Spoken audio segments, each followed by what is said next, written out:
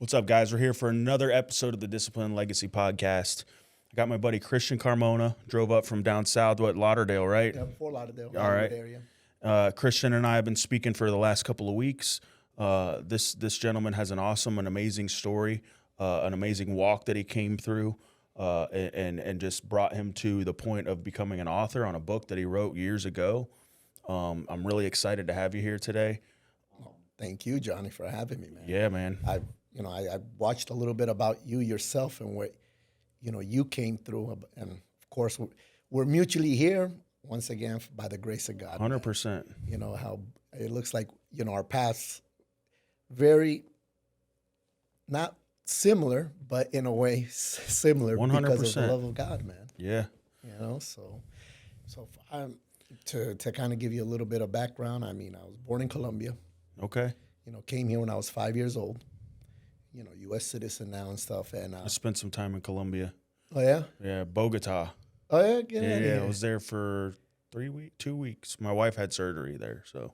Just recently or like years ago? A year and a half ago, maybe 2 years ago. Okay, yeah. So recent, man. Yeah. Did you like it? I'm a gringo, man. I just stayed to myself and helped her get through her, days of pain. And I mean, the cool thing about there is like you can order anything on a motorcycle. Yeah. Like they'll bring you a 50-inch TV on a motorcycle if you call them and tell them to bring it. Yeah. So it was cool. The big tourism hotspot right now is where I was originally born, Medellín, Colombia. Medellín. That's like become My wife won't let me go there. She said she calls them piranhas. She said Yeah. there's piranhas there. Yeah. We've gotten a little bit, the fame went away from being the narco Right. district to now. Party. And I mean, it's beautiful. It's a beautiful place. It's beautiful, man. So, yeah, that's actually originally where I was born from. I was born in a barrio there that wasn't, well, my parents were from a barrio in Medellín that is infamously known for Narco. Yeah, for just the narco world and things like that. I mean, my grandmother, talking about the great thing about your podcast here, Johnny, is I'm going to be able to speak a lot about these spirituality topics, 100%, man. And you see, like, in the Bible, it talks about, like, those generational curses. Yes. And how, once again, we got to clarify, you never pay for the sins of your parents. Nobody, God is not at all. We still make our own decisions and we still do what we're supposed to do. So, but we do create certain environments that based off of what we saw when we grew up. Exactly. Yeah. That will lead somebody maybe to fall into the same kind of lifestyle or the same kind of sins and things like that. So being that both my families come from a pretty, what we would say here, the hood, and my grandmother ran whorehouses in El Barrio and stuff like that. So my dad grew up, because at that moment in time, that was like the red light district. Okay. Of Medellín. So we're talking back like in the 50s. Wow. So it was for the gambling and prostitution. So this was before you were born? Even before I was born. Okay. So this to kind of show the generational right. So my mom, my dad, they grow up in that environment. My uncles, aunts, and then the 70s come, bro. And the whole narco thing. So you already have an area where they're already, inclined to. That's part of that whole sin kind of nature. Already in, sex, drugs, and embedded. Rock and roll by the time the 70s came, right? Yeah, man. So and now you have all this drug money coming in. Yeah. Which it was just ridiculous. And so people already been. So actually one of the famous ones who came out of there, everybody knows about, especially in the cocaine cowboy days of South Florida, Griselda Blanco. She was from that same barrio. She's from there. Wow. So she was really, my dad has always just been known as like the silent cop, was very low key, very, just to himself. I mean, we grew up in urban white America. Wow. So he brings me and my brother, he comes here like in the late 70s, 79, 80. That's the thing that's going on, and everybody's becoming. It was the time period to get out. Yeah, wealthy. He was very educated, went to school, was mechanical engineer, but he's got his homeboys going to Miami, doing a couple of trips, coming back with all this money. He's like, wait a minute, I could.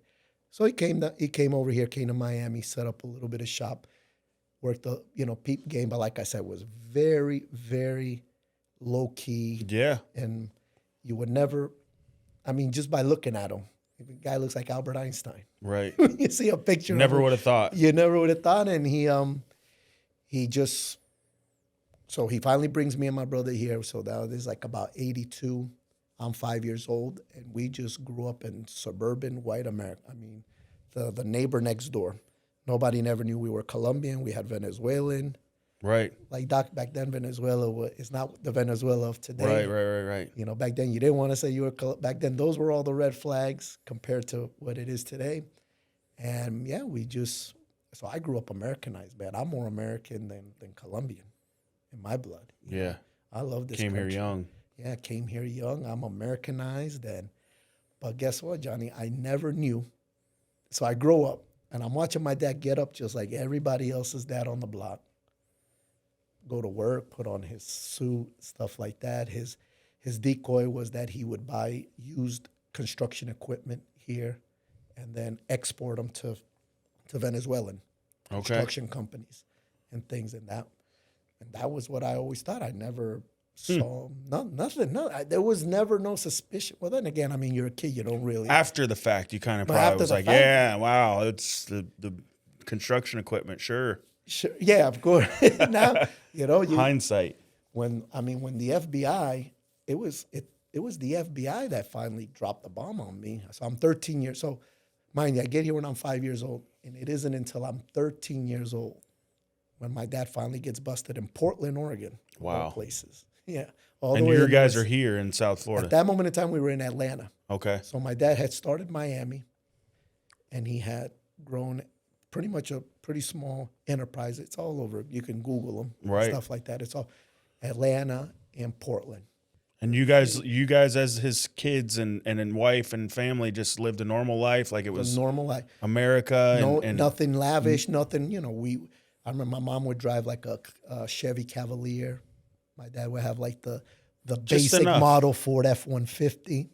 We would live in modest little townhomes or a little home, just nothing. Did you notice that there was like, that he had a lot of money? Like obviously, I mean, even really just having that alone is good, is better than most, right? But the only time I would know it but it still wouldn't even notice. We just kind of knew we were a little bit more well off because of his business. But, if he would come home and he had a couple of drinks, and that's when every once in a while you see him flash out a couple of hundreds because he'd be like, okay, let's play a board game or let's play this, and whoever wins, it's $100. Or I remember one Christmas, he was like, okay, your guys' Christmas present, I hid it somewhere, but you got to find it. And all I can tell you is it's cash. Wow. And so now all three of us are running all over the house, tearing it all up. And you know where he had stuck the $100 bills? Where? It was approximately 3,000 in hundreds in the Christmas tree. No way. Inside. And we wrecked. That was the last place we would ever think to look. So nobody found it. Yeah, and it was camouflaged because remember the old $100 bills? Yeah. How, it's kind of like that same green. And he finally had to break down and said, "Look, you guys haven't looked. Instead of under the tree, look in the tree." And wow. And it ended up being like $1,000 for each one of us. Wow. So only in times like that, but it wasn't also like ridiculous or anything like that. I mean, I can say, as long as I did good in school, I got, I was the first kid on the block to have because I did always do good in school. So whatever new toy came out, I'd be the first kid on the block to have it. Wow. When the Sega Genesis or the Nintendo or whatever. I think that's what we want for our kids too, man. No matter what you do for a living, and even in, that's what most folks look for when they're living that lifestyle, is like they want better for their family. But never, John, never I'm seeing drugs or him or nothing, not even a beeper or the cell phone, and not like no. I'm telling you, and he would wake up every morning and go to work a normal, yeah. Now I know he was going to a stash house or something, and then come back at like 5:30, just like everybody else with his suit. And I mean, we're going to the neighbors' barbecues and birthday and everything. And nobody else knew either. Nobody. No. What about your mom? Yeah, she knew. Yeah, she knew. She just kept it under wraps. She just kept it under wraps. Yeah, she actually ended up serving 12 years because of it. Because she knew. Mm-hmm. Yeah. So 13 came. That's when you found So out. 13, we're in Atlanta. My mom and my dad take off to Portland, supposedly for, like a second honeymoon kind of thing. I mean, that's what I was told, that they were gonna, get away for a little. My brother now, so I have an older brother.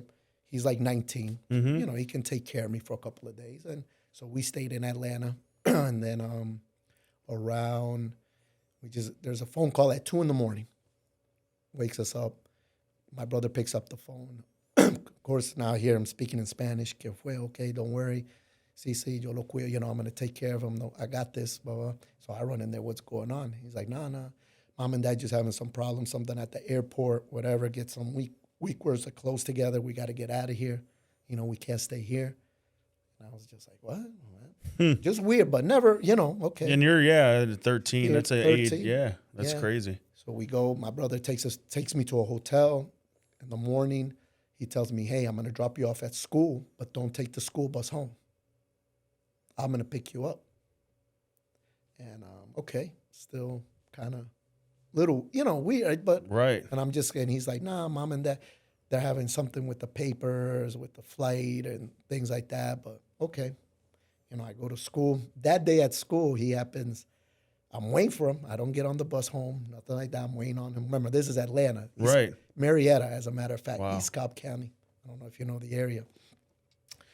And just waiting for him, and nothing. He's not showing up. Even the teachers are like now leaving. It's like happens to be, he went back to the house.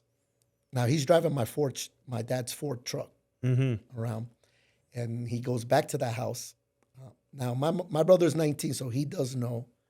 He knows what's going on. He was already a little bit, and probably my dad already kind of, probably started if something happens. Yeah, 13's too young to know. Yeah, so your 13-year-old going to school and telling. I did. I told the guidance counselor my dad smokes homemade cigarettes.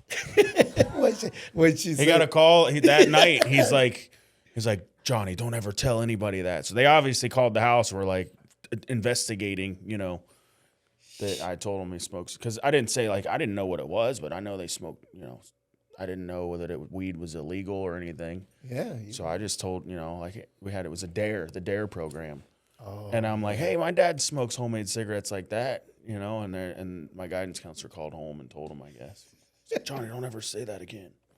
Nancy Reagan, say no to drugs, remember that whole campaign? Dude, it was crazy. I saw a sign the other day. I was in New York. They had DARE that was like, how here they have the highway cleanup, and whoever cleans up that section of highway, they sponsor it or whatever. Yeah. Well, there was a section of highway up in upstate. Well, not upstate. It was right outside of the city. The DARE program was part of the ones that clean the street. It was cool. I haven't seen them in years, but I guess they're still around in New York. And my brother goes home to get some money. That was I guess my dad had hidden in a sofa and things, and so my brother he taped it was about $80,000 cash to his legs with duct tape, and then he put on one of my dad's sweatpants on top of it. And when he left the house, he gets about 2 blocks down, FBI, boom, boom, boom, boom, boom, boom, surround him. Thankfully, for whatever reason, they never patted him down. They just said, hey, what were you doing in the house? Which he was also doing. He was going there to get more clothes for myself and for him and things like that. But I mean, that was the main purpose, was to get that money. And he says, no, I'm getting clothes and all that, what's going on? And, FBI agent says, sorry, we got this car and that house are now property of the U.S. government. They let him leave on foot and things, which he said he's never been as frightened before in his life. Wow. But thankfully, they didn't pat him down. He went, called a taxi, and now he finally pulls up to the school to pick me up at a taxi. And I'm wondering, where the hell's Dad's truck? Wow. And now he's like, bro, this is it. We got to go to Miami. Wow. Because now it's getting, he's getting heavy. We still have family here in Miami, stuff like that. So now, we get on a bus and come down to Miami and things. And me and him start living together. But I'm still asking Where's questions. mom and dad? Yeah, now I'm still saying, now why are we going to Miami and all this other stuff? I was doing really good in soccer back then in Georgia. oh man, I was killing it Yeah. and stuff. I even had tryouts for the U.S. under-13 team, Wow. and because of all of this, That's a big sport too for Colombia. yeah. And I actually, so like a week before all of this came up, I had the tryouts, right? And they remember back then there was no cell phones, emails, Right. none of this other stuff. So they'll be like, "Oh, we'll call you if you made it to the next phase." Right? Well, when we went back, like after everything finally simmered down, about 4 or 5 months later, to get the furniture out of the house, they finally allowed us to at least get the furniture. There was like 8 missed calls from the U.S. Soccer Federation saying that I had made it to, but by then it was too late. You know, they kept saying, "Hey, congratulations, hey," but The answering machine. yeah. "Hey, this is our 3rd attempt. You know, Right. are you still interested? Wow. You know, we want you." But it's one of those things that you never, you know, God. You never understand it. Yeah. Yeah, every once in a while, my life, I think about it, like, man, what would have happened if I would have made, you know, where would have. But God has everything in control, and sometimes you even have, you know, you got to accept the good and the bad. Yeah. So okay, we get back. So now we're down back to Miami. I still don't know. My brother's still trying to Hide it. hide it and make up as much stuff because I guess his hope was that they'd get out, maybe like on bond. So they're or locked something. up at this point. So they're locked up. And you never knew anything that was going on. He's just feeding you information, no, saying, they're "Oh, just they're being- stuck. They're being held don't up. worry." Something with their papers and legal things and all this. Okay, so we come down here. We come down to Miami to a friend's house. She takes us in for a couple of days, and that's when finally 2 FBI agents showed up over there, and they were the ones that finally said, "Do you know what you know?" And I'm like, "No, what's going on?" And they say, "You probably ain't gonna see your dad for the rest of your life." Wow. And I was like, "What?" Like, no, I just went silent. I couldn't. It just didn't register. Same age still, 13. Yeah, same age. But that's 13. when you found out months That's when later. months later. You know, not I want to say 2 months, like about 2 months later. Finally, Okay. now it was a little suspicious, but I guess now the gravity of the 2 + 2 was equaling 4 now. yeah. Yeah. And to know now that when he said, "That's probably going away for life," and your mom's not, not like too far behind. I mean, I kind of get what they were trying to do to me and my brother in a way. Trying to get you to like see if you were going to talk or speak. Yeah, or because hopefully we'll speak to them and probably be Help the crying case. or whatever, and they'll be like, "Oh no, my kids," or something like that. But no, man, my mom did eventually she did get out on bond. Mm-hmm. She should have just hightailed it to Colombia with us both. But she had a faith that what Everything they were was gonna accusing be- her because her big accusation was just money laundering. That she was using all the proceeds and things like that. My mom was always using the excuse, "Well, it's the father of my kids. Yeah. If I don't ask him where his money comes from, if he Right. comes by every month and gives me money to take care of his kids, it's Right. not my business to really." Ask him. But She knew. She knew. I mean, Back then you had bugs on the phone and it was like, and you know. stuff. No, plus, I mean, she had my dad had left. That we had like 5 properties and it was always in me and my brother's name, and she was the custodian. They ended up taking everything? They left us with just one house. Just one house. And that one, over here in Pembroke Pines, Florida. And the reason they left us with that house, we ended up having to kind of make it, well, in a way it's true that my grandfather in his will left the money house to pay for that. So we had to send a whole bunch of documents from Colombia to prove that. And so they pretty much came to me and my brother with a deal. You want to keep fighting this and lose it all? Or how about this? You guys keep that one house supposedly that your grandfather, which they kind of knew wasn't probably true neither, and we'll keep the other 4. Sometimes you just gotta, cut your losses and not. So what happens next? Mom and dad, mom ends up going to jail and dad's in prison? So mom shows up to the trial. She shouldn't have done. Like, that wasn't the protocol. And that really spoiled, so now my dad was hoping maybe it wouldn't be as bad, but now they're throwing the book at her and seeing her there. So he finally just stands up in the middle of the whole trial and takes blame for everything. He tries to make a deal that if he takes the blame for everything right now, they let her go and stuff. And there was a deal worked out, and that was supposedly what they were supposed to do. And when he did it, when he finally did, said, no, it was me. He put all the blame on himself. Right. I did everything. I forced everybody to do. She didn't do anything, all this other stuff, which in a way, it kind of did work out with him because his life sentence then went from life to 20 years. Okay. When he got sentenced for doing that. But then they did renege on not letting my mom go. And they gave her 12 years. Okay. But it was in the hopes of they did it. They wanted him to get that confession, but then they also wanted him to start snitching. And that was something he just never... Wasn't going to do. He wasn't going to do, or none of the other... Because it wasn't just them two that went down. The whole organization, everybody in Portland. So it was my mom, my dad, and like 5 other associates up there. Plus, they raided the places in Atlanta.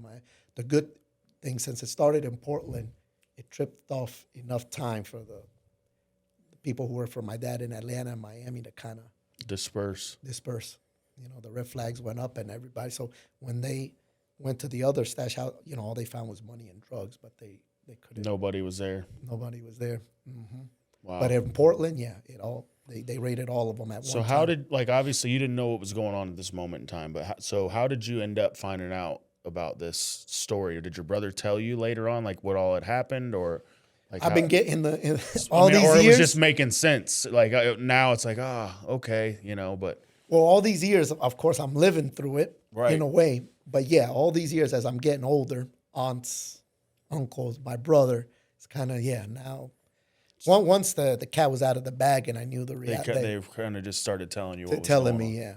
Like, hey, this is the real reason all these years, all these years. And that's that was the thing, even back in those days and still today, I mean, Colombians were known for cocaine. It's just one thing that was I remember I was dating a Colombian girl when I was in high school, and there was a bunch of drugs in the car, and they're like, I'm like, they ain't mine, and they're like, yeah, right, you're dating the Colombian girl, Exactly, yeah.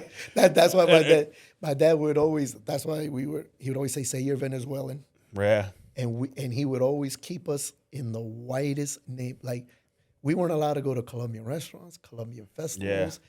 That's the one thing I know about any culture, it's Latin, Spanish culture, any culture in general, they just stick together. So it was a big thing. You go to the Brazilians all know the Brazilian restaurant, and but for us, that was a big. And now I'm like, man, he was smart because he's like, you never know, they could be following the guy in the table next to you, and we got nothing to do. But because, sucks to say, and I know my people hate, but back in the 80s, Back in the 80s, most Colombian families had some directly or indirectly. Something, yeah. They knew about something that was involved in one way, shape, or form.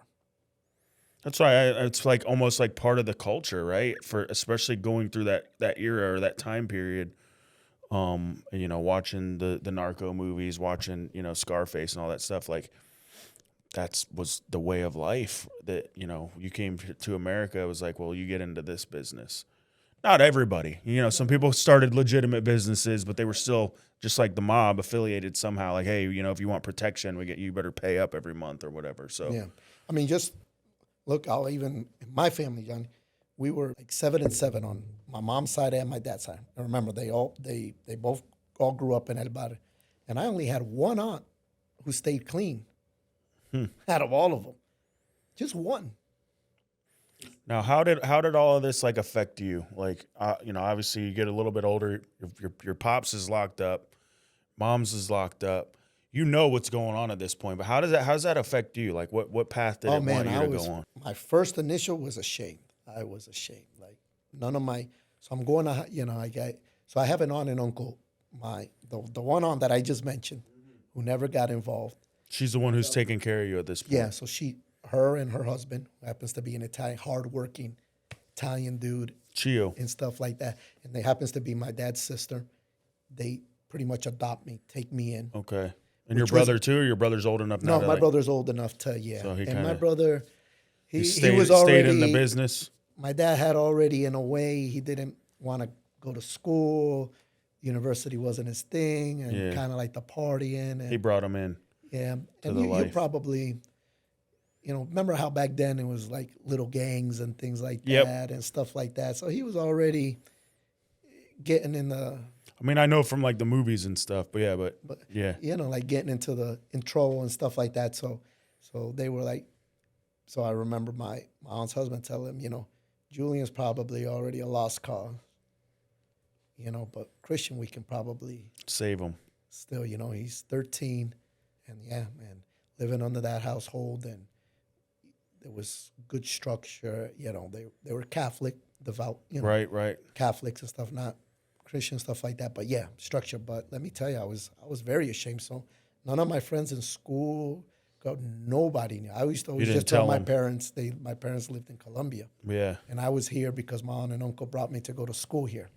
That was my story throughout all. I lived with that one. Yeah. And I would go. My dad went into a code of silence for the whole 20 years. He's the only man in the whole federal prison system that never made one outgoing call. He's never picked up a phone call. Once they gave him those 20 years, and my mom and they reneged on the deal, my dad just went into a code of silence. They called him Wow. the silent night. He didn't talk to me, didn't talk to nobody. They didn't write me a birthday, nothing. But my brother always told me, it's not that dad doesn't love. He always told me, if this day come, when he gets out, don't worry, he's gonna make it all up.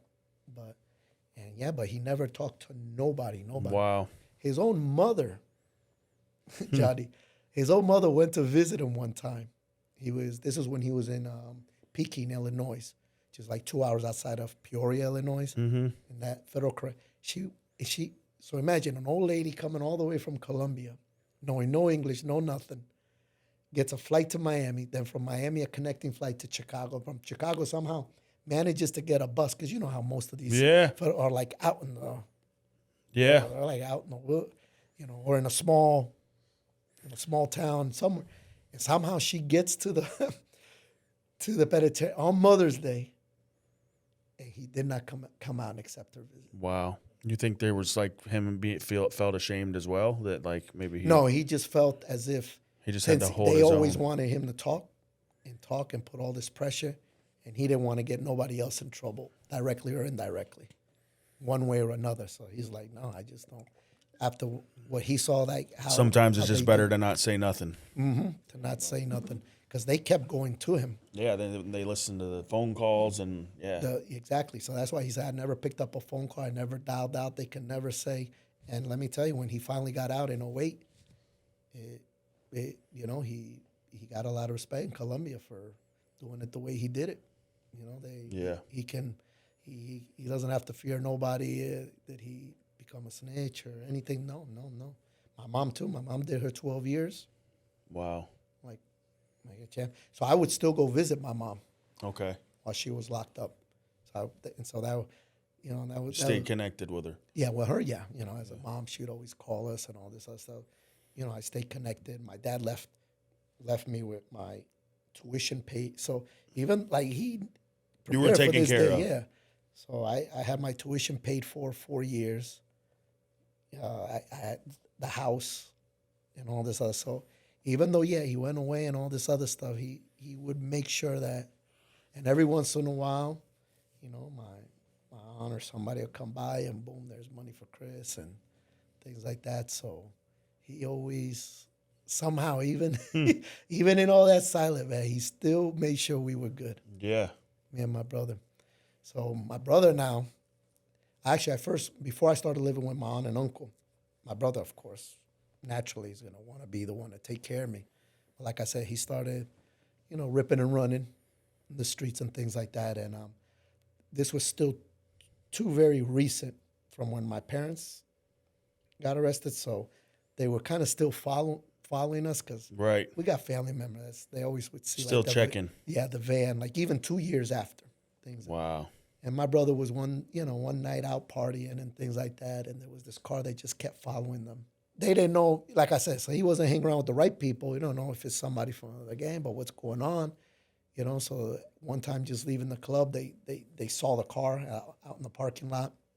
They pull up beside it. Guy jumps out. My brother says that, which I believe him. So the guy never identified himself as an undercover. My brother ends up punching him. Wow. Next thing you know, he gets arrested, battery on a Leo, on an undercover. But we believe it was all still, you know, from trying to get him to catch a case. Hopefully that'll make my dad talk. Right. And stuff. That's where the craziness of all of this is in the book. So now my brother, so now I'm at home. Now I get the phone call. I'm answering now. It's my brother calling me from jail saying, hey, don't worry, I'll be out soon and stuff. And he was able to bond out and things like that. But yeah, same thing when he went to trial and things like that. Yeah, he lost it. He catches 5 years. Wow. Just for the battery on the Leo. Just a battery with no priors, no nothing. Once again, but while he was fighting that case, they kept going back to my mom and my dad. You want to help your son out? Yeah. Give us some information. We can make that a very lesser charge. You know, he'll probably do 6 months probation or anything like that. But no, they both no. They throw the book at him, which then we end up realizing way even after my brother serves all the time that he got over sentenced by like a mile. Wow. You know, he didn't score out to get 5 years or all this other stuff. But we knew the other reasoning behind it. So then now he goes, so now at one time, so now I got all 3 of them in jail. My brother gets shipped to Brevard. He stays in the state. They keep him in the state system. And now and my mom and my dad, of course, are in the federal prison system. And that's, now I go live with mom and my uncle and stuff. And like I said, pretty ashamed and just keep quiet, still getting good grades. Doing really good. So what takes you down the path that you went on? Because, you know, you talked about being in jail. You talked about, you know, writing this book in jail. Tell us a little bit about that journey, that path. Yeah. Oh, and even Jonnie, to give a little bit more in depth, to get more into spirituality now. This whole time I've been raised. My dad's an atheist. Okay. You know, and my mom's the traditional Hispanic Catholic. You know, right. It's just religion. It's just traditions. It's just part of the routine. Culture. You were raised that way because your family. You do it because your family does it. Yeah, you do it, and she tried her hardest for me to do the first communion and all that. All the. I was baptized Catholic, but I never went to church one time my whole life. But my grandmother was Italian Catholic. So I could imagine. So there's and my mom and her brothers and sisters were raised in the Catholic Church, but I was just baptized it. Like I never knew what it meant to be, too. Any of that. Yeah. So I always tell people I always believed in God my whole life. I heard, the story of Jesus and everything whenever I was younger. So I believed in him, but it was never, I went to church or we read the Bible or I remember going to I would go with some of the neighborhood kids to call it Bible Baptist or school or whatever. It was but it was like a weekend thing. It was like, oh, it's cool. They have cake and, it wasn't like you'd learned anything or I didn't. Yeah. Yeah. Cause your mind is, yeah. So whenever my dad would see my mom trying to, I'm going to take him to Sunday school. Wow. Mm-hmm. Why are you forcing them on them? Nah, all that garbage. They're just going to indoctrinate, of course, in Spanish and all that. So of course who wants to go? Right. So I'd be like, yeah, I'm not. So she pretty much just gave up. She came to a point, she's like, I'm just fighting against the wind, which who knows if it would have. But so I never, just like you, just baptized seed Catholic. Was planted, right? That's maybe what it took when we were younger as kids, is having that seed planted. Yeah, you know what? You never know. It's very, spiritually in high places. You get curious about things about your parents, right? Because you think when you're a kid, you see it and you're like, my mom does this, so I'm interested in it. I want to know why they do it. Like my dad, when I see him smoking weed, I was at a young age, I'm curious of why they do it. I want to find out why they do it. Yeah. So it was like that 11-year-old kid that watched his dad roll a joint for all those years. I was a professional by the time I actually tried. and me and my nephew, my sister's oldest son was a year younger than me, and we smoked a joint together. It wasn't like I ever felt like stoned or it was like, this amazing thing that I wanted to do the rest of my life. But we did it. We performed the act that we saw done so many times out of curiosity. So I think that it kind of speaks on that even as seeing Christian acts.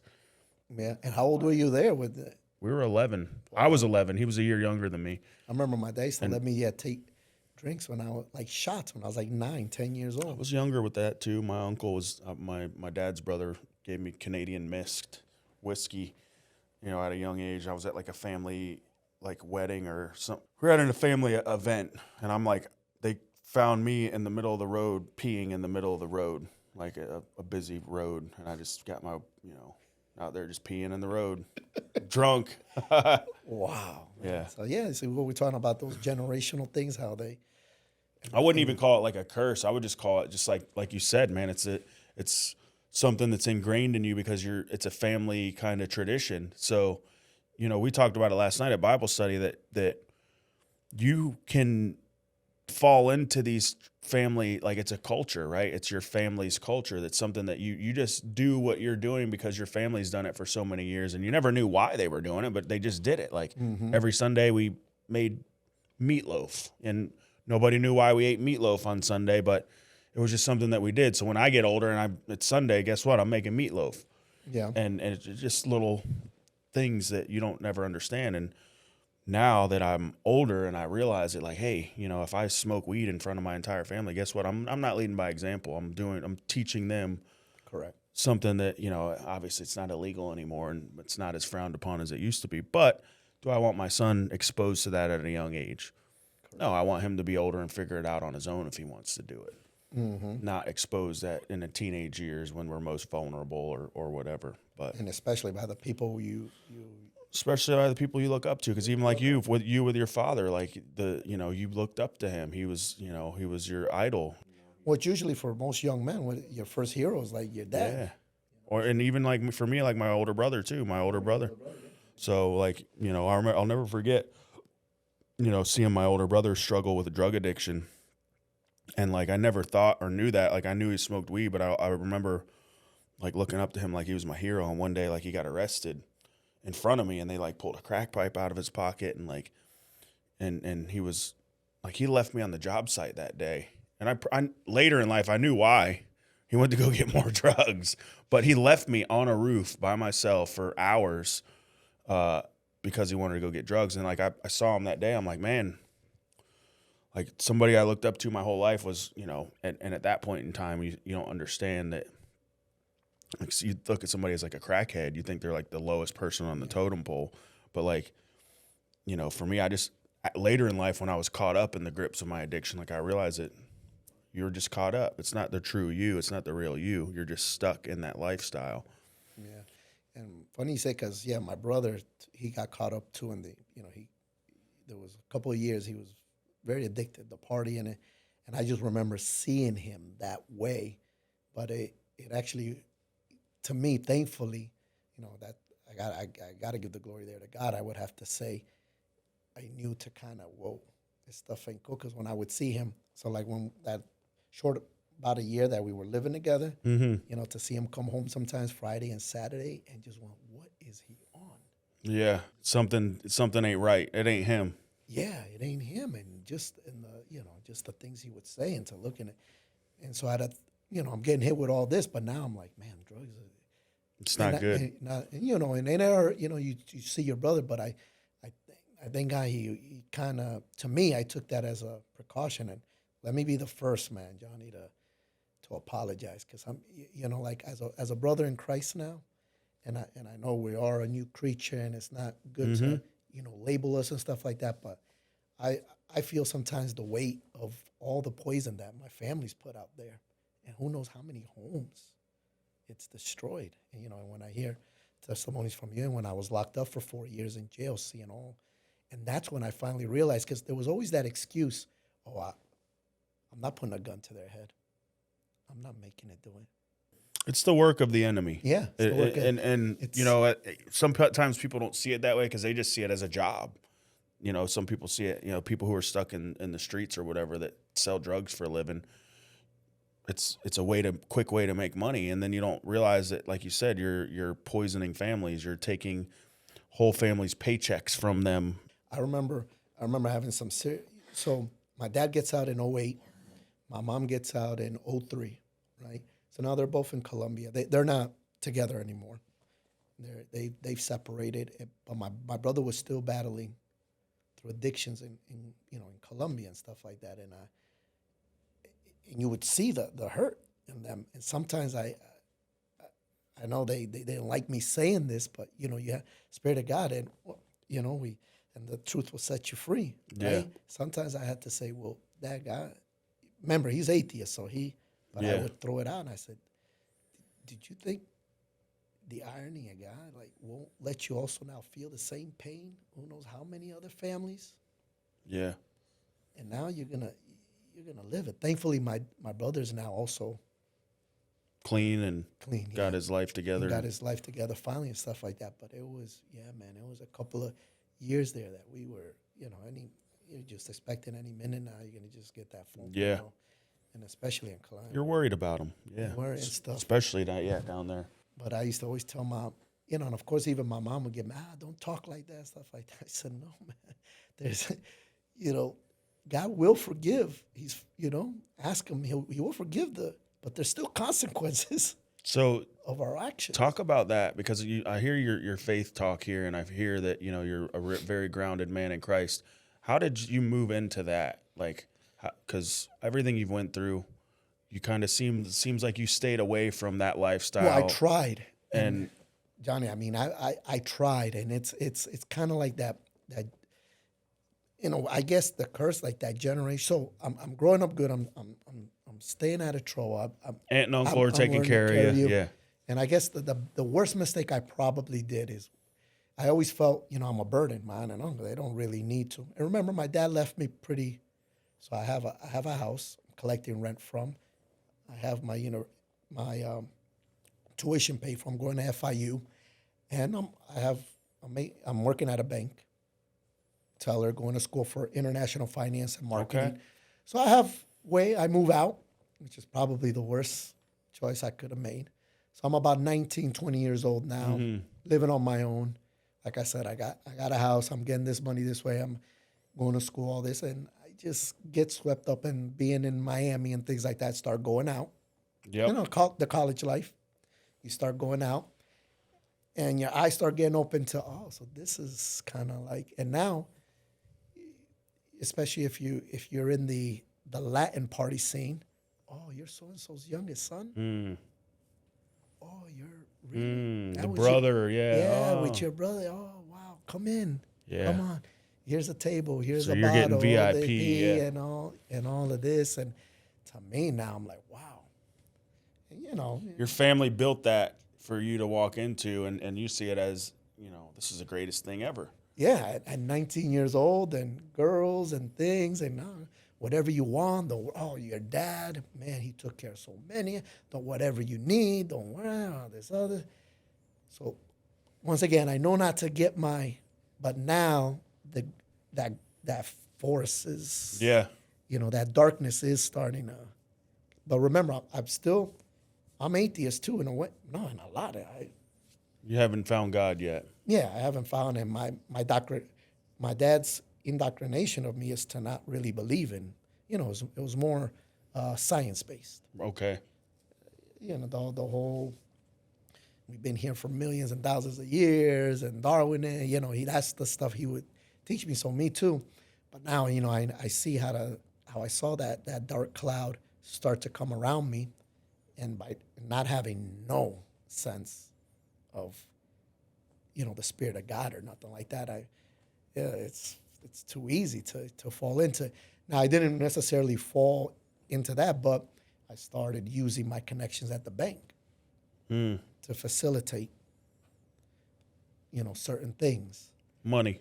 For them to be able to exchange dollar bills. So they're making friends with you because you're working in the bank. In a bank and stuff. All right. So I'm showing them how to, and it's funny how now, is it in Proverbs? There's how the wicked man that devises evil even in his sleep. forgot. I think it's in Proverbs. Like, woe to that man, that continuously is. And I'm like, that was me, always trying to find a way because it was like a side hustle. Right. Now I'm not selling it, but I do. I've moved up in the bank. I started as a teller. Now I'm pretty much like second in command, so they have a lot of trust in me. I'm bringing all this money now that, they're thinking is legit money, that they're opening up all these accounts, but it's actually drug money that's getting. So like all these 10s and 5s are coming in, and I'm converting them into hundreds for them to be able to ship back to Colombia and stuff like that. But it's under businesses. Right. Car detail, cleaning service, 99-cent stores, all this other stuff.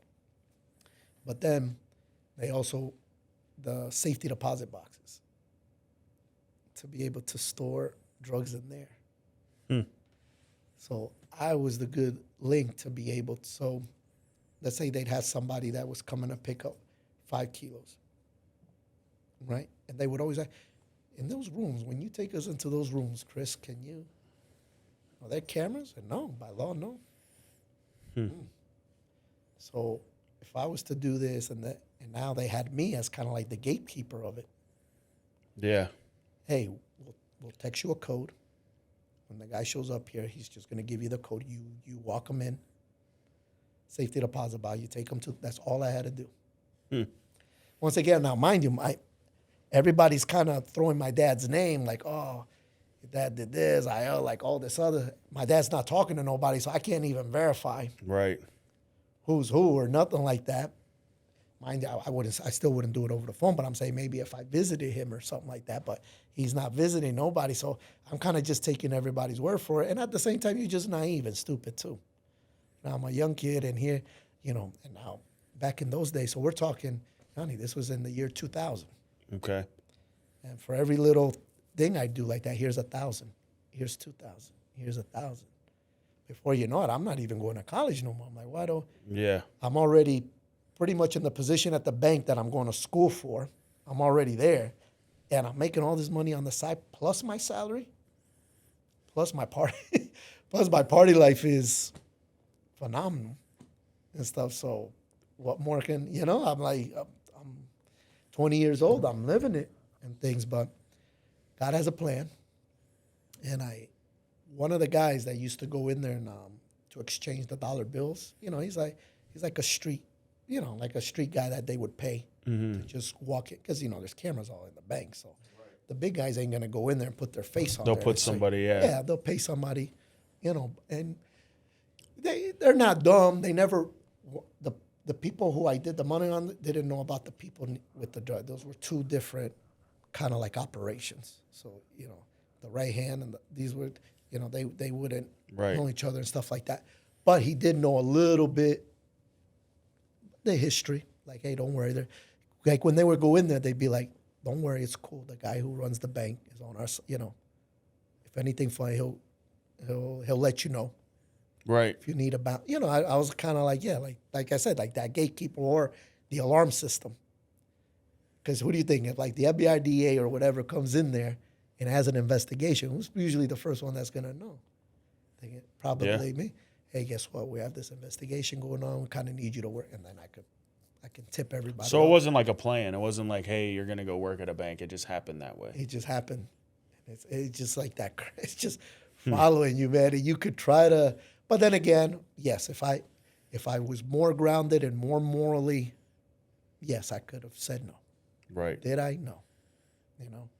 And all this time, how God's worked. How many times while in that God sent people to talk to you about the word of God? And He's protecting us the whole time. He's there the whole time, every step of it. No way. How many people in the bank would go in there too? Hey, or invite me to Bible studies or this or that, and I'd always be like, no, thank you, no, thank you. All the, even when I'd find a good-looking girl and stuff like that, she'd invite me to church. Oh no, you're a church girl, forget it, And yeah.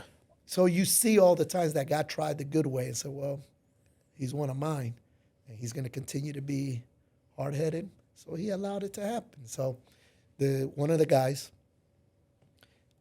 got busted doing something. He got busted doing, I some kind of deal. Of course, to save his neck and stuff, they said, "Can you help us? Of course, work for us. Set somebody up. Who do you know that can?" He goes, "Well, I know this guy at the bank, so and so, but oh, really? Well, yeah. I mean, I don't know. Well, can you help us set him up?" And then, of course, when they started doing background, like, wait a minute, and his dad is this guy? Well, how much can you get him to like talk? And so, well, we'll try. I ended up finding out they paid him $10,000. That's how bad. And got him out of trouble. And got him out of trouble to come set me up. So he starts coming to the bank asking if I could find him a kilo.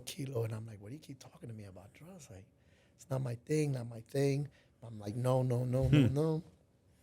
One thing leads to another. He comes in one time with an undercover. Yo, Chris, this is the guy that wants to buy. I'm like, who you bringing? Like, yo, if he wants to open an account, that's good. I don't know nothing else. All this other. One thing. So it's pretty much an entrapment. Gotcha. They're trying to entrapment. It really is what it was. Yeah. They're putting because the you bait. really weren't even in it like that. Yeah, like that.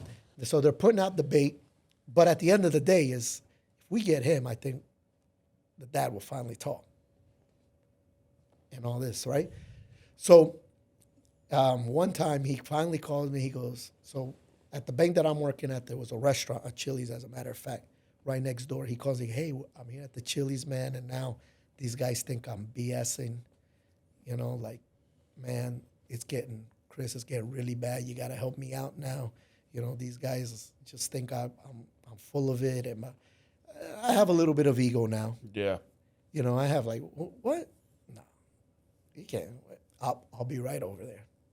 So when I go over there, of course, I tell them, I'm like, I already told you guys, I don't know nothing. I don't do none of that, like all this other stuff. And if I as much hear that something happens to him, then you're going to really find out who I am. All this, and of course, now all of these are undercover, DEA. And when I leave that Chili's, Jonnie, man, it was like everybody in that Chili's was undercover. I mean, they're jumping out of trees. They're jumping out of everywhere.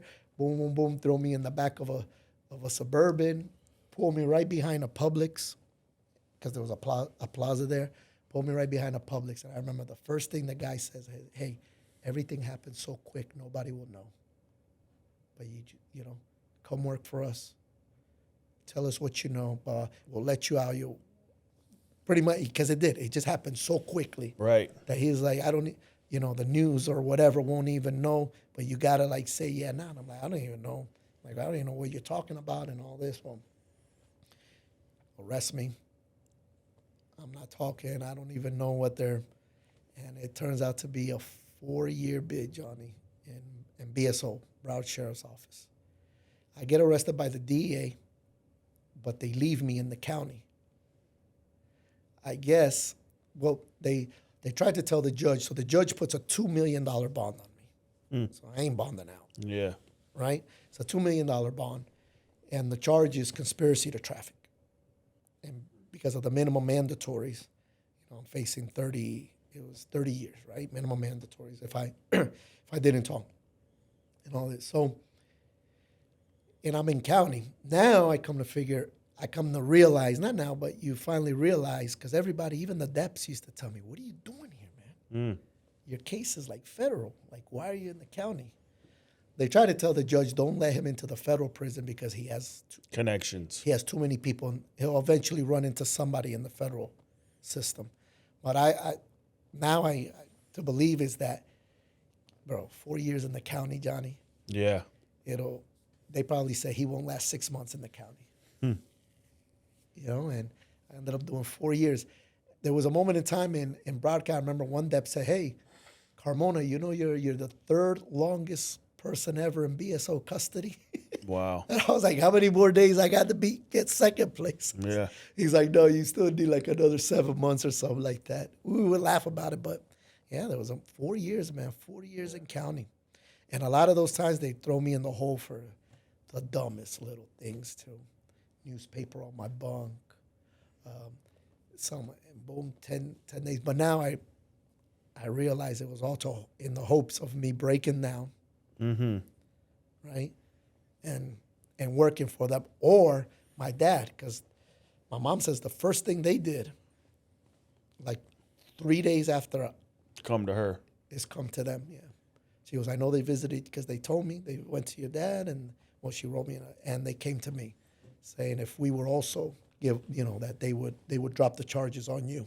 So that's where you found God. At one moment in time in my case, they were supposed to let me go because I don't know if you know some of the legalities. There's a speedy trial thing, Right. where they have 45 Have days. the right, yeah. And they hadn't filed. I've been in there for 45 days, and they still haven't even filed discovery. So we put in a motion for the speedy trial, and I win it. The judge RORs me. Had to. Yeah. Just as I can't. And it was Judge Kaplan, which is a rock court in Broward. That's what they called it. Guy in a wheelchair, and because I was facing so much time. I remember my lawyer coming over and saying, Chris, what do you want for dinner tonight? So by now I've been in jail for like almost 2 months. And I'm like, what's going on? He's like, you're going home, bro. You're ROR. You got the speedy trial. Doesn't mean they dropped the case. Right. Just means they just can't continue to hold me in there. But let me tell you, Jonnie, getting back to the spiritual thing. Yeah, that's what I want to hear. Let's hear about that. Praise God I didn't get out at that time because I still didn't have God in my heart. Actually, I had become more wicked. I remember thinking in my heart, if I get out of this one, and now I learned a little bit of how the system also works, the legalities of, how much is a trafficking, how much is all that. Oh, I said, oh, man, if I get out, and I had all this wickedness too for the guy who caused all of this and stuff, I was a worse individual in those first 2 months. So now I'm thinking I'm going home, right? It's a blessing in disguise. I'm ROR'd, and I did it, and I'm waiting for my name to be called. I'm waiting for, those Carmona, pack it up, giving away my commissary, giving away everything, going home, nothing. They don't call my name. They don't call my name. They don't call my name. Finally, 10 in the morning the next day, I call my lawyer. He's like, what are you still doing in there? I said, that's why I'm calling you. He's like, call me back in an hour. I call him back in an hour. They put me in another case up in Hillsborough County for trafficking 10 kilos, which I later found out the guy who set me up, that was his original case. So to hold me, the DA asked the state to put me in that case to hold me. They didn't want me to get out, which now, spiritually wise, that was the blessing, right? So now I go to Hillsborough County. Now I don't know nobody there. I don't even know why I'm going there. My lawyer's like, what did you do in Hill? I was like, I don't know nobody, man. I don't even know. When he started even mentioning the names, because over there was a discovery. He's like, do you know this? I'm like, no. I don't know nobody. So now there in Hillsborough County, I get put in a cell. So now this is the first time. I remember most of my life except for that about that 1 year that we lived in Atlanta, we've always lived in South Florida. Me and Spanish in South Florida. Yeah. It's cool. You don't it's feel, normal. It's normal, right? You go to Hillsborough County back in 2000. So I get put in jail with a white American from Alabama. Could tell right off a rip he's racist. And up there, even some of the guards. Yeah. A good majority of them are. So this is the first time. So I guess, how they call us in there Chicos. So he probably didn't want to have a Chico as a bunkmate. And he starts making at nighttime when they lock you in, he starts going by the door. He starts yelling obscenities to the guard. Oh, wait till I catch you outside. You're just a rent-a-cop. All the stuff they tell to the guards. I'm just minding my business. I'm in my bunk, just wondering what the hell am I doing in Hillsborough County, even with more anger in my heart. More anger, just can't believe the guard comes up, opens the door, taps me with the flashlight, come on, get down. So I'm just thinking, okay, he pulls me outside into the hallway and blames me. Oh, hey, what's up, boy, now? What you gonna say now? Say it to my face and all this. And of course I'm like, I didn't say nothing. He's like, well, who? And of course that's the first rule. He's trying to, everybody's looking out their door by now. I can't sit there and rat out, even though I know it's him, but I'm not gonna sit there and rat out the bunkie. Right. Especially I just got to Hillsborough. I'm like, man, that's like, I'll get jumped by tomorrow. So I just stay quiet. So I get 10 days in the hole for that. and it's in there. So now I'm broken, Johnny. Like You're so innocent. I'm broken. I'm like, man, now I'm in a place I don't know nobody. They didn't let me keep my personal property. All they allowed me to have in that unit was a Bible. That was it. That's all I had in there. And even then, I remember the first couple of days, I would look at that Bible and I would just want to, like, I never did it. But the angle was, I would pick it up and I would want to throw it against the wall. But I never did it. I never did it. And that's all I could have. And I had 10 days in there. And now I'm just angry. And finally, one day, man, I'm just like, how Jesus says that, blessed are those who are broken in spirit. Now you finally realize what that is. Sometimes that's a blessing. He finally allowed me to get so broken that I finally said, you know what? I looked at the Bible. I said, if this is true, I need you to reveal yourself to me. Mm. And I just opened the Bible, and it opened to Ecclesiastes. For whatever reason, like I said, I'm not, I just opened and I started reading it. And thankfully, thank God, now I've read the Bible like 7 times and stuff. But thankfully, I'd opened up to Ecclesiastes because, the book of Ecclesiastes isn't too religious. Mm. It's about a guy, King Solomon, who, according to the Bible, the richest and the wisest guy. My name came from Jonathan. Oh, yeah?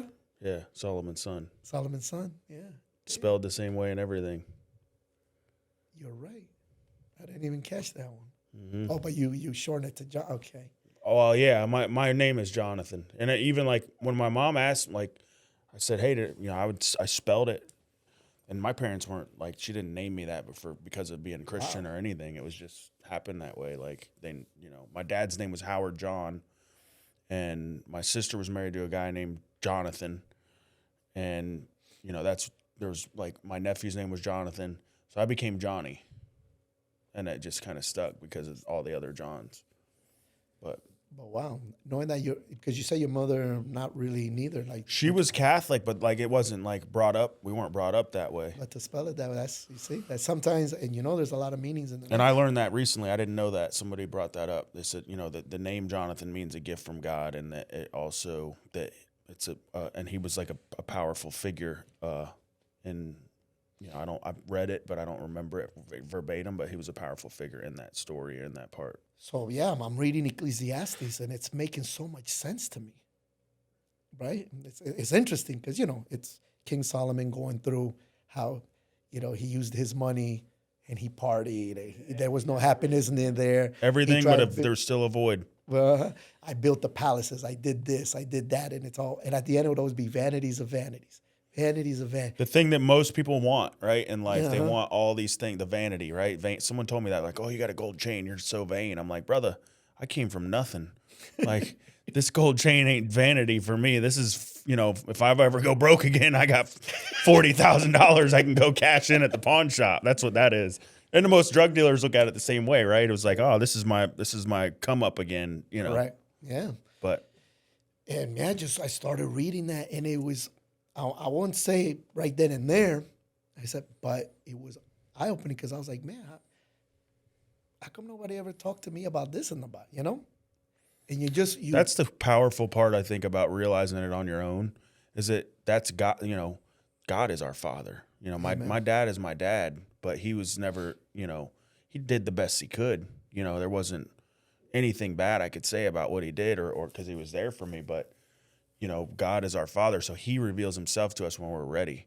And you were at that point of spiritual brokenness. The only thing you're in there with is you, the darkness of a room, and a Bible. And if there ain't, I'm going to make a T-shirt that says no coincidences because I don't believe there is. Like people are brought into your life, like situations happen in your life because of God. There's no other way to explain it. Mm-hmm. And that's it for you.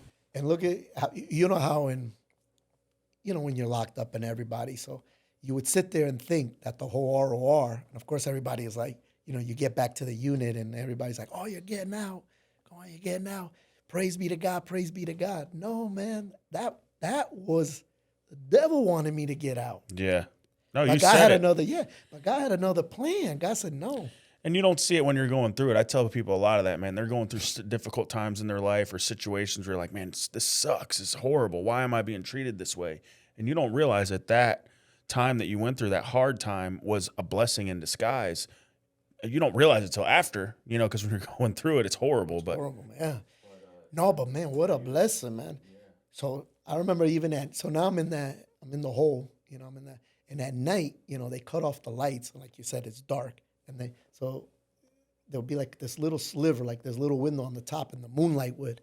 And at night, I'd just be there using that moonlight as light, reading the Bible, and just fascinated by it. Now, I won't sit there and say I still had a spiritual, well, I'd have to say, like probably the seed was planted, and I wanted the curiosity. God put in me now a desire. Well, you were turned off by religion. And religion is that tradition, right? That Catholicism that, is man-made. I mean, it is. And so that's what, people are turned off by, especially like being, let's call it a Baptist or whatever. You get forced to go and they tell you all these things. It's like kids get turned off by that. It's not the spiritual relationship that you have with God that changes people later in life. And I think most of it comes from people like ourselves that have gone through things that maybe not everybody else has gone through. He uses people like us. He uses that time that you were in jail is. I already know my calling. Sometimes, like you ask, why? God, why do I go through all this? Because what I do now is prison ministry. And when I go in there, and I tell the guys, and I'm like, no, well, my dad was locked up, my mom was locked up, my brother was locked up, I was locked up, this, that, they'll listen. Right. They'll listen. He uses us for that. Yeah, definitely. You come in like sleeved up, you're not going to listen to the white picket fence lifestyle. And never, like it says in 1 Corinthians, like we're going to go through certain things so that then when God pulls you out of those, you can then go what? Comfort your brother. I think you have that somewhat of I noticed it myself being on the other side, and that's why I try to be as authentic and real as I can, because I feel like I was getting sold a bill of goods. I feel like that there was this perfect person in front of me that was coming in there, and they're like, hey, you got to come do this, and at church, life is going to be so great. But to be real and honest with somebody is like, hey, just because you become a Christian doesn't mean life's good. It gets worse. Your life, you're going to be faced with the devil trying to attack you. He's already got you if you're in the world. Like, you're not going to be attacked. You're going to get the things of the world. He's going to give you partying. He's going to give you, $1,000 for doing something wrong. It's, but when we're become Christian, we're attacked more than ever. So, and I tell people, it's the hardest thing. It doesn't get easier. Sometimes it gets worse before it gets a little bit smoother. But and every once in a while you do. Every once in a while you get that moment of joy that just, overshadows all that. Well, I've learned to praise him in the bad times still as well, because you can't just go to him when you need him. You got to go to him no matter what, good times, bad times, and have that relationship with him to where like it's not, I call it the foxhole prayers. Mm-hmm. And when you're sitting in jail or you're in the back of that cop car and like, God, just get me out of this one, and I swear I won't do it ever again. And you got me. The blessing is that he doesn't get you out of it.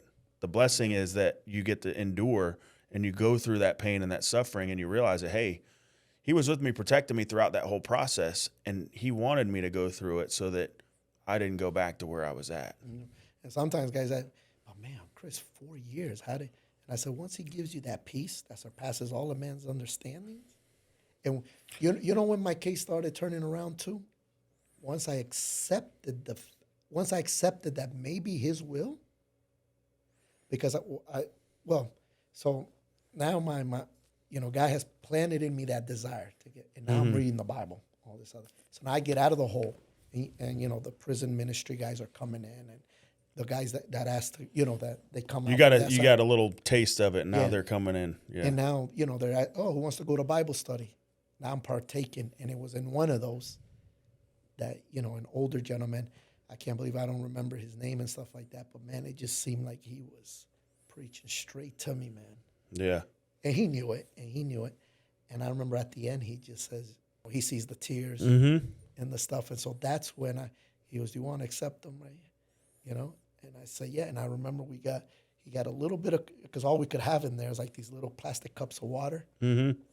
And he just poured a little bit over my head. And to me, that's more than enough to be baptized. I was already baptized with fire in the hole. Yeah.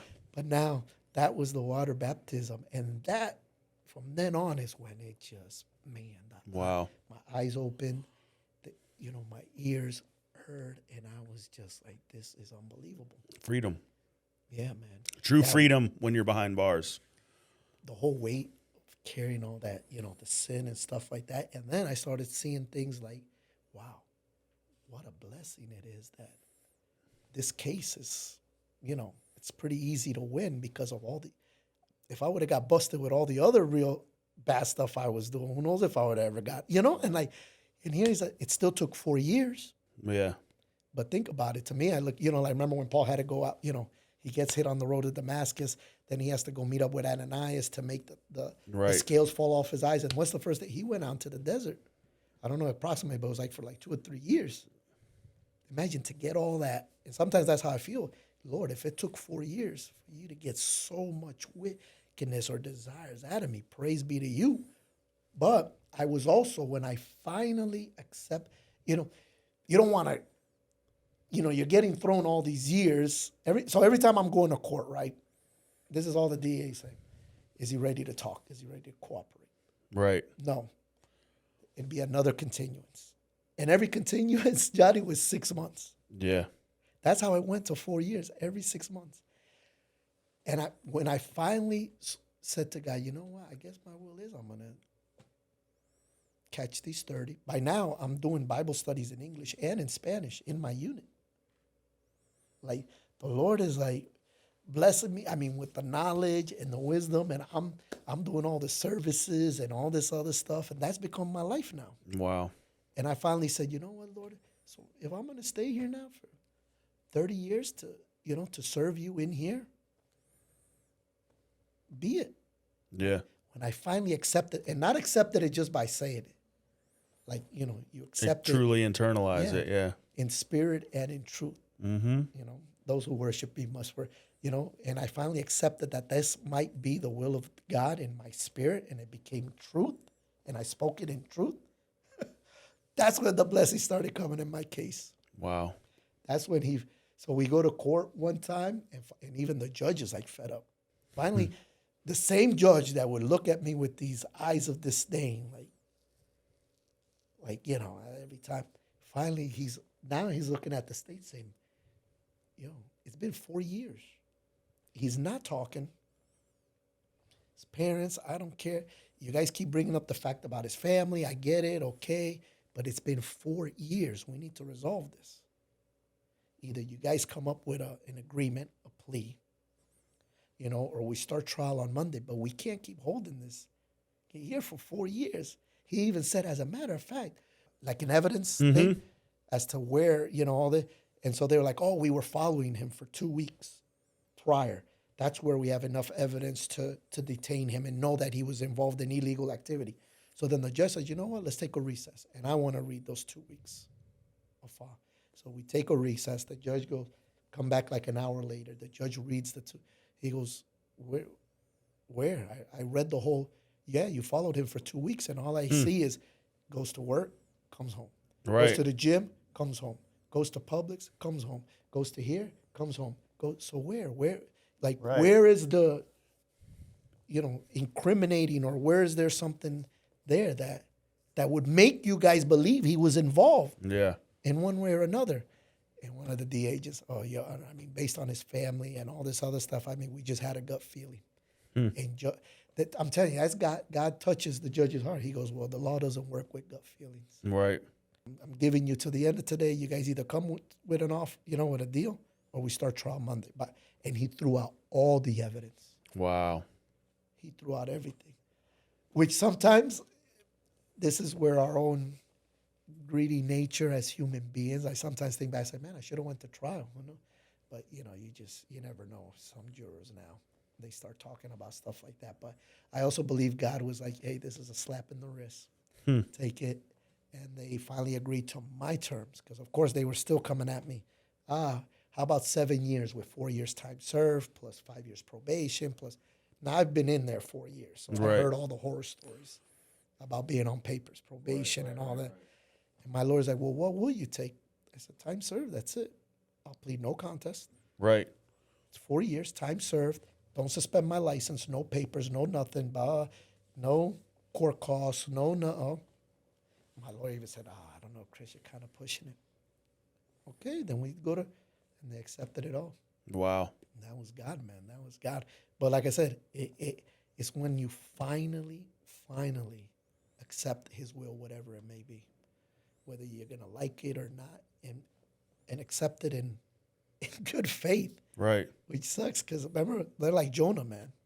He was like, no, man, I ain't going over there, man. Tried everything in his power. It is power to get as far away as from God what said, the nope. will is. God said, nope. We got something else for you. You know, I'm going to put you. Imagine when he woke up to be right exactly. I mean, now you have to be like, okay. God.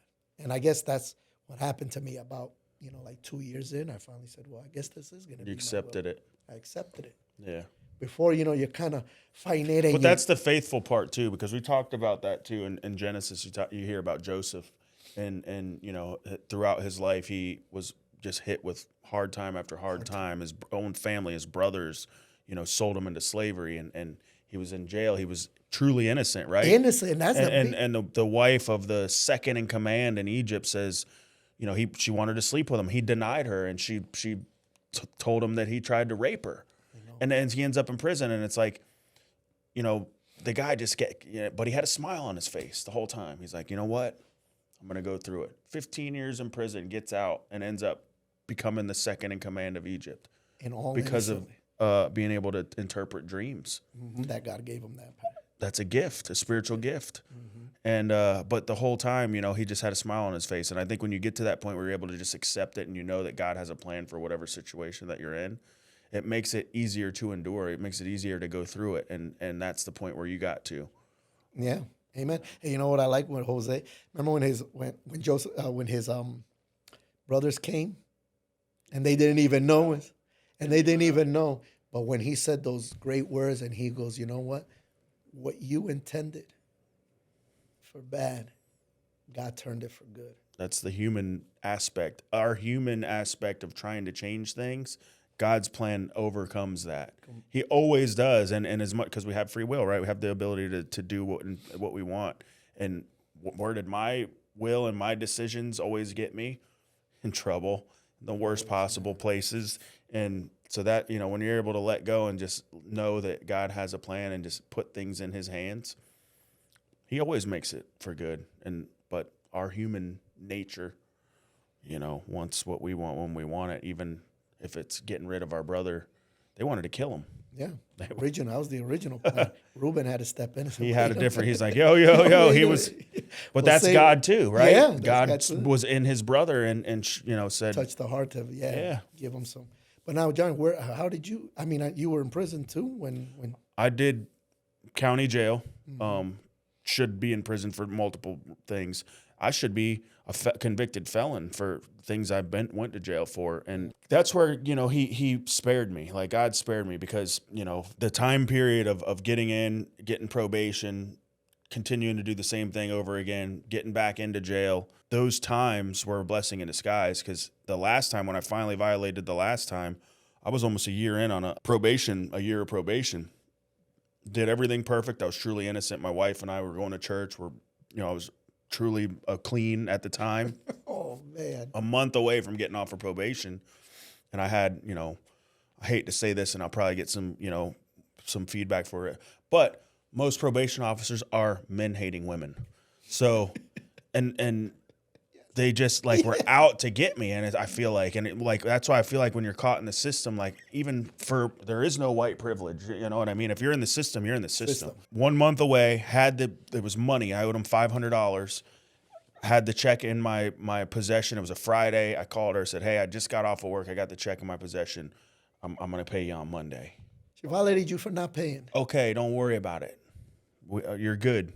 That night, it was 5 days before Christmas.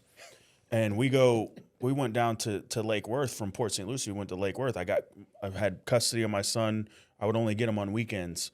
And so my girlfriend, which is my wife now, and my son, we went down to Lake Worth to go to the ice skating rink.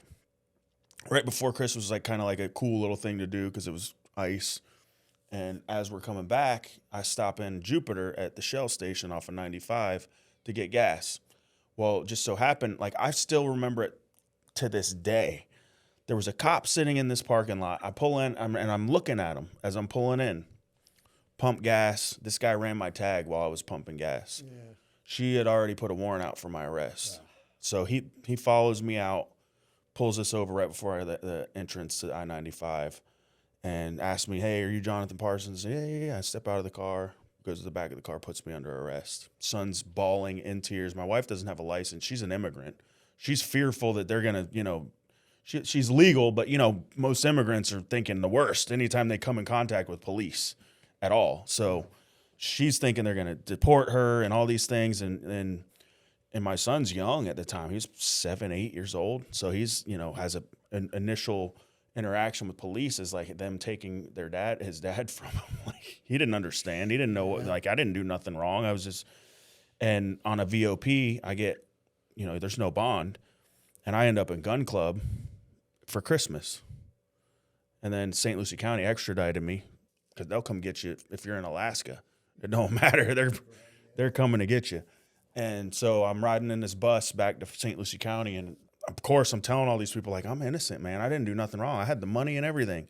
They're like, yeah, we hear that all the time. Like, and that we were going to a Brazilian church at the time, and my wife obviously was distraught. Like she, went and confided in the pastor, and the thing. This was the previous time I was in there. I was in the drug dorm, which is like 12 steps, stuff like that. So this time, I knew the chaplain of the jail very well. That's a story for another time, but and so I requested to go to the spiritual dorm. Amen. Well, normally VOP, you're with a public defender, you're 3-4 months before you even go to court. And, luckily my wife had the check that I had, like all our bills were paid. Like she, made sure that there was money in there. I had canteen. And this time period of me being in the spiritual dorm was a blessing in disguise, like you said, because that was, these guys were baptizing each other in the shower. Like that was the true, like people came in from the outside from churches and stuff and brought in messages and Bible studies and things to where like, I tell people that was the freest time I ever had, was behind bars because you had the ability to praise and worship God 24/7. We were a bunch of men that were like lifting each other up, helping each other. Like I'm still connected with a couple of the guys I was in there with that are doing great, that are doing good. They went and spent prison time and everything and got out and they're still doing good. And, it was a time that I needed to be in there. And, like I said, with a VOP, you're 3-4 months before you even see court. My wife's, the pastor of the Brazilian church, paid for my lawyer. So they went and gave, I don't know, it was like $1,000 to retain this guy. And he got me a bond hearing in a month. So I spent a month in there, just enough time to kind of get my foundation with the Lord, true foundation, because I had a little bit of a foundation before, but I was still, that's where it all began for me. And never did I think that I wanted to go be in that dorm and bring a message back in there when I left, but now I get the opportunity to do that once a month. I used to do it 4 times a month. Same jail, sit in the same chairs I sat in. Amen, yeah. And with the church that I'm with now, Christ Fellowship, we were actually the first ones to bring an actual church service to Rock Road, which is St. Lucie County Jail.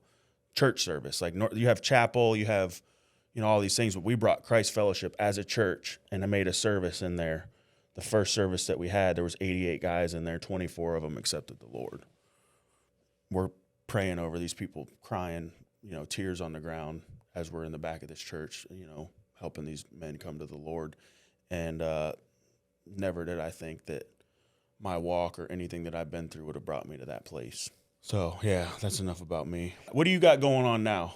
Also, well, one of the things, too, that the Lord did mightily while I never wrote, right? Right. Okay, so now I'm giving the Bible studies in the dorm, right?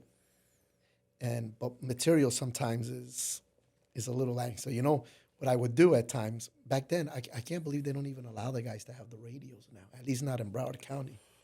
I don't know how it is here, but back then we were allowed They to got have. tablets with headphones now, so they can get like, Oh, really? yeah, they can listen to whatever music's on the tablet. Well, now in Broward, no, they took the radios out and all that stuff, which kind of, so that's because, let me tell you, man, the radio is what really helped me at times to, because then I would listen to like Moody Radio or and all the Christian, preachers and stuff like that. So I used to get my legal tablet, right, put on a good sound doctrine. I always tell people it's got to be a sound doctrine, preach it. And I would just start hearing him and write.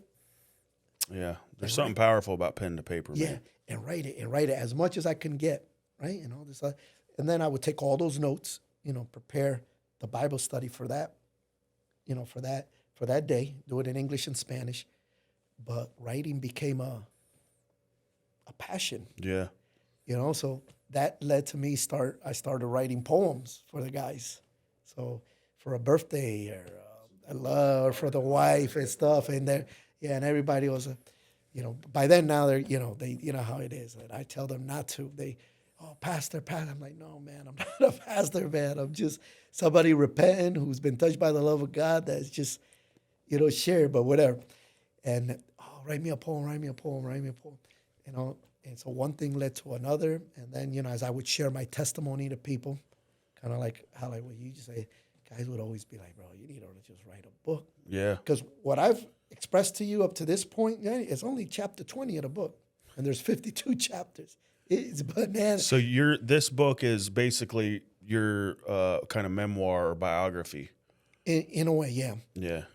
Yes. Okay. It's wrapping up everything in a, that's why it's a spirit, based on true events, but pretty much it's about the redemptive love of Christ. Okay. In a narco family. Yeah. World theme and stuff. And I mean, it is based on true events. And so, the Lord touched my heart. I started writing. I wrote that. So I wrote that when I was locked up. I remember, how they would take you once a week to go to the law library? Yeah. So I would, and the Deb knew it. He'd be like, we had to request books. Yeah. So they would request them. They would bring them to the dorm. It depended on your level of, it was if you're felony, misdemeanor, all that. But yeah, and I guess every county is different. But I remember Deputy Ayala would be like, Carmona, I know you're not doing no law work, but I'd be typing it up. Right. So when I got out, it was already typed up and things like that. And one thing led to another. It almost, once again, it almost did get published by Simon & Schuster. Almost Lionsgate greenlit it for a screenplay. Okay. And thankfully, how we were talking when we first started, that once again, man, the timing of God is unbelievable. Yeah. Then the financial crash happened, because this is now like 07, 08. Right. The banks, everybody's going under, all this other stuff. So both projects get scraped. Simon & Schuster's like, well, we don't have the financial backing no more. You're an unknown author. Right. It's going to cost us like $80,000. We were really counting on that money because we got to market you a lot. Right. But what I hadn't realized is they were editing, and they were editing a lot of stuff, especially the spiritual undertones. Because I remember the guy saying, it's a great story. We love it. All this other stuff. We got to make and especially back then, remember, the Christianity thing, praise be to God, is thankfully, it's like the Holy Spirit is doing that push right now. Now, yeah, they're always, when it's on the platforms, they try to hide it. They try to cover it up. And thankfully now we have these podcasts and we can talk about that. But back in 07, 08, you couldn't mention, especially if you wanted to go mainstream and all this other stuff. So I didn't realize, and I should have, and I guess I thankfully, because I guess I was willing to just accept them taking that out just to get my foot in the door, because then I'm like, I got the poems, I got my other books, but I'll get my foot in. But thankfully it didn't happen, because now we fast forward, for the past 14 years, I've been owning a car dealership in Pompano Beach. And once again, 25 last year and this year have been like the slowest years, giving me some time. That same aunt of mine, the one who never got her hands dirty with nothing and stuff like that, she said, Mijo, whatever happened with the book? How come? Now I see all these things and and social media. and it was almost, The timing was right, man. yeah. But that fire got lit. Like it almost felt as her words would God say, now it's time. That's that no coincidences thing. Yeah. People who are brought into our life for seasons or just to say like 2 words to us and you don't even realize it. And it's like, that's the fire that lit again for you. And now, technology, you can always use it for good. Of course, the world's going to always use it for bad, but it's allowed me where I don't have to depend on an editor no more. I don't have to depend on somebody to make the cover and all this and their ideas, and especially when most of them in those things are very worldly and things like that. Like, you can do a lot of this stuff yourself. I mean, I'm a prime example. That's the key, right? Is that you want to do it your way. You want to do it the way that you're being led to do it. And like you said, when you're dealing with certain, publishers or mainstream media people, radio stations, they don't want to promote God. They want to promote what people are watching or what people are seeing. And like I saw it firsthand with Damar Hamlin when he had that heart attack, the Buffalo Bills guy. So that same night, the quarterback was on there and he had this whole talk about God, and they took it off. Yeah. And it's like, when athletes or people who have platforms start talking about it, like Hollywood doesn't want you to see that. The mainstream TV doesn't want you to see that. And so that's why, like you said, man, this is a powerful platform that we have here. It gets at it, and I thank you. I thank you, for being courageous and things like that, and allowing an opportunity for these stories and things. I mean, I've already done, Jonnie, quite a bit major podcasts, and once, like what you said, and I get it. That's, the genre and who they tailor to, and I understand. So they just want to focus on tell us more about the narco, and who was this guy, and who did your dad work with, and who was this, and all this other stuff. I keep telling you, tell me about this Holy Spirit. Tell me about how And I used to, one of my prayers, in one of my prayers recently, I said, Lord, the worldly stuff's gotten out there and it's catching, and I get it. But Lord, there's a transformation now. There's a difference, and there maybe it was happening before, and maybe it wasn't seen as much because there wasn't social media, there wasn't YouTube, there wasn't all these things. But now, like, and I think there's more of it being revealed. Especially in the younger generation. People talk a lot of junk about the younger generation, but there is a movement happening. There's things going on in schools and colleges, and there's a ministry here locally that hopefully I'm going to have this young lady on the podcast too, with a fellowship of Christian athletes here locally. There's 250 kids at a high school in the morning praising and worshiping the Lord that was fully voluntary. You just had to show up. Yeah, this new generation, but bro, they're not drinking or partying like what we fitness, athletic. And I praise them because if here's the thing, like if we're not pouring into the next generation, who is? So, the fact that, and I can learn things from them just because folks are younger or whatever, like it doesn't mean that I can't learn anything from them, because there's some younger kids that are fired up for the Lord that are better than some mainstream pastors. I wish, I'm like, man, if I could have that courage. I mean, the way they are standing up, and that's what we need to teach: boldness. Being able to stand up and talk about it. Like, I might not be able to preach scripture or be, sound as good as somebody who's went to school for theology or something. But you know what? God puts enough on my heart to be able to reveal something to somebody, because people keep telling me that that's what's, happening. So if you have a gift, then keep going, You touched me, your story, and I said, and look, and you are pretty much the first spiritual podcast, which this is a blessing. And that's the thing, man. And I'm like, hallelujah, Lord. It's not even really meant to be that. It's meant to be like, I pray, I do what I do. Like, I've had people who are Muslim. I've had, people, it doesn't matter. Like, I don't care. And I just want to hear God put this together as a passion of mine to hear people's stories. And it doesn't matter. Democrat, Republican, doesn't matter what it is, man. I mean, human. That's what it is. Human. I go to the Dolphins games, and they have the Jewish people in the front that they're always like, hey, are you Jewish? I said, no, I'm a Gentile. Yeah. They just don't know what to say to that. Okay, have a nice day. Good one. Yeah, man. And so I thank you for, your stepping Definitely, up, man. and may the Lord bless you to continue to bring. Continued it for you as well. And He's done more than enough. Where this journey is gonna end, I don't know. I just know there's a passion now to just, if hopefully this could open the door just to speak more about, man. He can. what's He next can for you? redeem any- I don't know. I'm still doing the car business thing. Don't know where that's going, but all the doors keep opening up with zeal. Yeah. And if the Lord has says this is the time, Why zeal?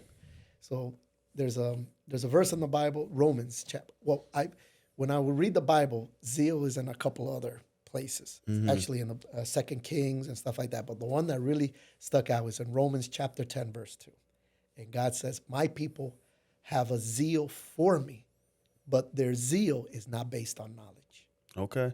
And I always zeal, and when I looked it up, zeal pretty much means passion, desire. Okay. But it's God's. I've never heard the word pretty much used in a worldly way. I've always saw it like in the Bible and stuff. So it's a way of so I won't say it's godly because I've seen other people use it Right. also for worldly thing. But in majority of when I read it, God's always asking us, if only my people would be zealous for me, have that same passion and desire that we've had, for the worldly things. Just think about it. How many times, when I was like that, I was like, man, if I would have put as much faith and energy into the things of the Lord that I've done for the things of the world, man, Yeah. who knows where we would be now. Yeah.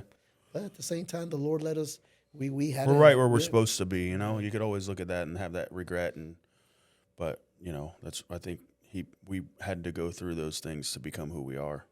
And then to be able, to speak, like we said, and then go and comfort your brother. One different thing you may have done, we wouldn't even be sitting here together, Where can everybody find you? It's in Amazon. Okay. You can look it up, Zeal, and then you got to put Christian Carmona. We'll put the link definitely in the bio. And then we have the website, which is zealnovel.com, so www.zealnovel.com. Yeah. And on Amazon and a lot of other online places too have it Awesome. and stuff. And I appreciate it. He gave me a signed copy of the book. I'm going to return the favor with the devotional. we need to get those. So what inspired you real quick to? So the devotional happened in jail. Obviously, there's the morning routine that you have, and that's where mine was with the faith to faith, the daily bread, and that was like my daily habit of, and then obviously the newspaper came in and we were checking out the sports page. That was the thing. So I wrote in a group chat of a lot of the men that I was with and I have 5 or 6 of them, but I would just write whatever was on my heart that morning and have like an encouraging statement and kind of like a takeaway, and then I'd put a prayer at the end. And it was based on whatever scripture that I read that morning or whatever God put on my heart. And I did that for about 3 years straight, writing it myself. But in the Bible study or in the group chat, it was about 6 months. And after about doing it every single day for 6 months, one of the guys like, "Man, you need to put that in a book." And I'm like, "Yeah, I guess you're right." So I compiled all of that information and had it become the 365-day devotional and it's personalized to me, like how this scripture affected me, how I was able to overcome, a part of my life because of it, and the takeaway, and then a prayer based on that scripture.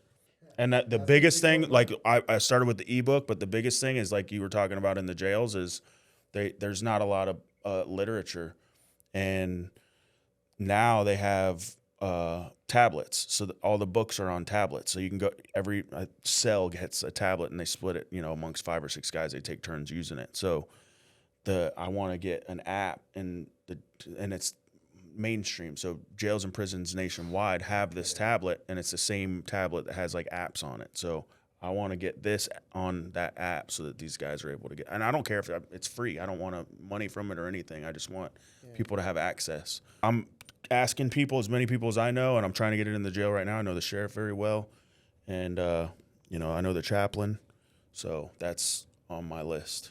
But listen, man, we've had an awesome conversation.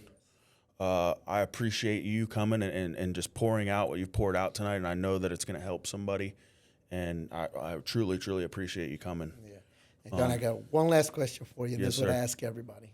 What's your zeal? When I think of zeal, I think of the word zealous, right? Overzealous, somebody who's overly, And for me, that's me.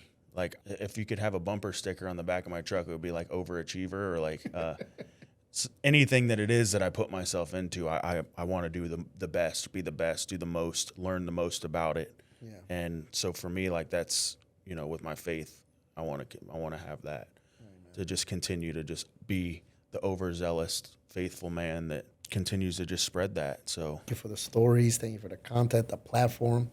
Keep up the good fight, brother. same, man. You know, and when We'll do round 2 here in a year, and we can See talk where we're about at, how yeah. we're best selling. I appreciate everybody for tuning in. Don't forget to subscribe. All of his links will be in our bio, and definitely give him a follow and check out ZEAL. Thank you, guys.